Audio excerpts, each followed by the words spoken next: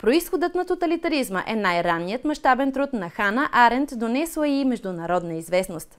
Още с публикуването му през 1951 година той предизвиква широка дискусия в научните среди с интерпретациите, които са извън доминиращите парадигми.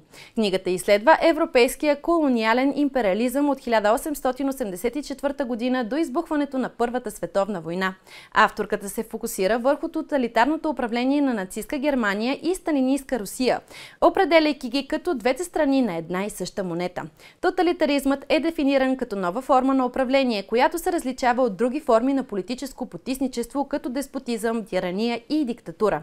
От тази гледна точка авторката разглежда ролята на пропагандата, използването на терор и изолацията като предпоставка за пълно господство.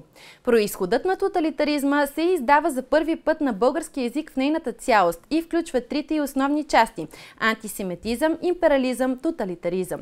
Книгата е сред 100 най-значими книги на 20 век според Le Monde, а National Review я класира на 15-то място в своя списък на най-добрите нехудожествени книги на века.